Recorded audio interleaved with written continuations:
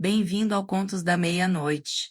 Aqui é a Fran. A partir de agora, o medo não pede licença. Apague as luzes, coloque os fones, feche os olhos e não olhe para trás. A história já começou. Antes de começar nosso relato, deixe aqui nos comentários de onde você está nos ouvindo. Henrique Salomão voltou depois de 10 anos num domingo de abril, sem avisar, com uma mochila desgastada e o mesmo sorriso que a mãe havia guardado em fotos e na memória, com o cuidado de quem teme que a lembrança desgaste se usada com frequência. Apareceu na porta às 5 da tarde, quando a família inteira estava em casa. Mãe, pai, a irmã mais nova que havia crescido de 12 para 22 anos na ausência do irmão. Tocou a campainha. Quando a mãe abriu a porta e o viu, ficou em silêncio por um momento que pareceu mais longo do que foi, e depois o abraçou com a força específica de quem abraça o que havia desistido de esperar. Henrique havia ido embora aos 24 anos sem explicação satisfatória. Um bilhete, uma mochila, uma madrugada. A família havia passado pelos estágios que famílias passam: a polícia, os hospitais, as redes sociais, quando as redes sociais ainda não eram o que se tornaram, os grupos de desaparecidos. Depois, com o tempo, as notícias esparsas. Um cartão postal de Salvador, uma ligação de Belém, um e-mail da Argentina que dizia que estava bem e que um dia explicaria. Depois silêncio por 6 anos. Depois o domingo de abril com a campainha e o sorriso na porta. A família o recebeu com a completude emocional que 10 anos de ausência e de perda antecipada produzem quando a perda é desfeita. A mãe chorou. O pai, que era homem de poucas demonstrações, abraçou o filho por um tempo que excedeu todos os abraços anteriores que a irmã conseguia lembrar. Sandra, a irmã, ficou de pé na entrada da cozinha olhando para o irmão que havia partido quando ela tinha 12 anos e tentando conciliar o homem de 34 na porta com o rapaz de 24 que guardara na memória. Só o cachorro não foi receber. O cachorro era um vira-lata chamado Bismarck, 14 anos.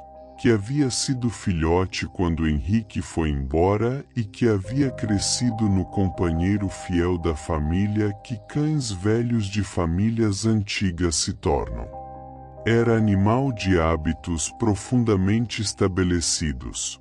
Dormia no tapete da sala, acordava para cumprimentar qualquer pessoa que entrasse pela porta principal, recebia visitas com a eficiência otimista de quem considera que todo desconhecido é um amigo potencial até prova em contrário.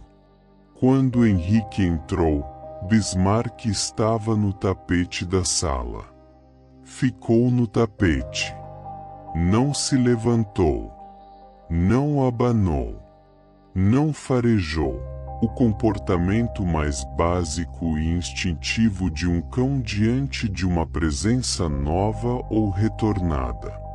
Ficou imóvel com os olhos abertos, olhando para Henrique com uma fixidez que Sandra notou porque havia morado com Bismarck por 14 anos e nunca havia visto aquela expressão no animal. Não era medo. Ela conhecia a expressão de medo de Bismarck. Havia sido cão medroso de trovão por anos. Era outra coisa. Era a expressão de um animal que está processando algo que os seus sentidos lhe estão entregando e que não está conseguindo reconciliar com o que espera encontrar. A família não prestou atenção. Havia 10 anos de perguntas para fazer, havia jantar para improvisar, havia o espanto feliz que preenchia todo o espaço disponível. Sandra notou Bismarck, mas arquivou como o cansaço do animal velho. Na manhã seguinte, quando Sandra desceu para o café, Bismarck estava no corredor em frente ao quarto de hóspedes onde Henrique havia dormido, sentado, imóvel, com os olhos na porta. Não havia latido. Não havia arranhado a porta. Estava apenas sentado, vigiando, com aquela expressão que Sandra havia notado na véspera e que ela reconheceu agora, ao vê-la de novo sem a distração da emoção do primeiro dia, como o que era. Era vigilância. Era o comportamento de um animal que identificou algo como ameaça e está monitorando. Sandra foi ao café da manhã sem acordar Henrique. A mãe descia em minutos, o pai havia saído cedo para trabalhar. Ela ficou com a xícara na mão olhando para Bismarck, que havia seguido para a cozinha e estava debaixo da mesa, o que nunca fazia quando havia visitas que ele aceitava. Ela foi ao quarto. Bateu na porta. Henrique abriu. Estava acordado, com aquele sorriso que era o sorriso que ela havia guardado nas fotos. Ela olhou. Ele a olhou. Tudo normal. Tudo superficialmente normal, exceto a coisa que Sandra havia passado a noite tentando nomear e que, ao ver Henrique no corredor com a luz da manhã, ela finalmente conseguiu articular para si mesma. Não havia nada errado com Henrique. Era essa a questão. Havia 10 anos de ausência, havia 10 anos de vida vivida em lugares que ele ainda não havia descrito, havia 10 anos de envelhecimento que todos os outros da família carregavam de forma visível, o pai com cabelos completamente brancos, a mãe com as rugas que chegaram depois dos 50. E Henrique estava exatamente como nas fotos de 10 anos atrás. Não rejuvenescido. Não preservado de forma incomum. Exatamente igual. Com a mesma precisão fotográfica de quem não envelheceu nenhum dia. Sandra foi até a prateleira da sala onde as fotos da família estavam enfileiradas. Pegou a foto do Natal de 2014, o último que Henrique havia passado com a família antes de partir. Trouxe para a cozinha. Colocou na mesa ao lado do café. Comparou. Era o mesmo rosto, com uma correspondência que excedia o que 10 anos de genética preservada poderia explicar. Não parecido com. Era o mesmo. Com a precisão de uma cópia. Bismarck, debaixo da mesa, não se mexia. Sandra foi até a sala, pegou o telefone, discou para a prima de Henrique, que havia sido a última pessoa da família a receber notícias dele. O e-mail da Argentina de 6 anos atrás havia sido enviado para a prima. A prima atendeu. Sandra disse o nome de Henrique. A prima ficou em silêncio por um momento e depois disse, com uma voz que tinha qualquer coisa que Sandra levou um momento para identificar como alívio. Graças a Deus. Ele chegou. Eu estava com medo de que... Pausa. Ele chegou bem? Está bem, disse Sandra. A que horas você falou com ele? Ontem de manhã, disse a prima.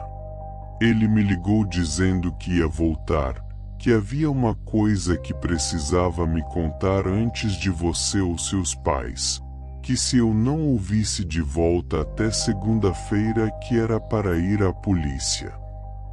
Sandra parou. Que coisa! A prima hesitou. Ele disse que havia encontrado alguém, em algum lugar no sul, que essa pessoa havia feito uma proposta, que ele havia recusado, que essa pessoa não havia ficado bem com a recusa. Outra hesitação. Ele estava com medo, Sandra. Disse que ia voltar para casa, mas que precisava ter cuidado porque essa pessoa podia tentar enviar alguém antes dele para. A voz da prima continuou, mas Sandra não ouviu mais. Estava olhando para a porta da cozinha onde Henrique havia aparecido, com um sorriso que era o sorriso das fotos, segurando sua xícara de café. Bom dia, disse Henrique. Bismarck, debaixo da mesa, rosnou, um som baixo e contínuo que Sandra havia ouvido do cão uma única vez em 14 anos, quando um homem desconhecido havia tentado entrar pela janela lateral durante uma madrugada de inverno. Sandra manteve o telefone no ouvido. A prima ainda falava do outro lado. Ela olhou para Henrique, para o rosto que era o rosto das fotos, para o sorriso que era o sorriso preservado de 10 anos atrás, para os olhos que a olhavam de volta com uma atenção que ela agora reconhecia como a mesma atenção do inventário. Quem é você? Disse Sandra. O sorriso não mudou.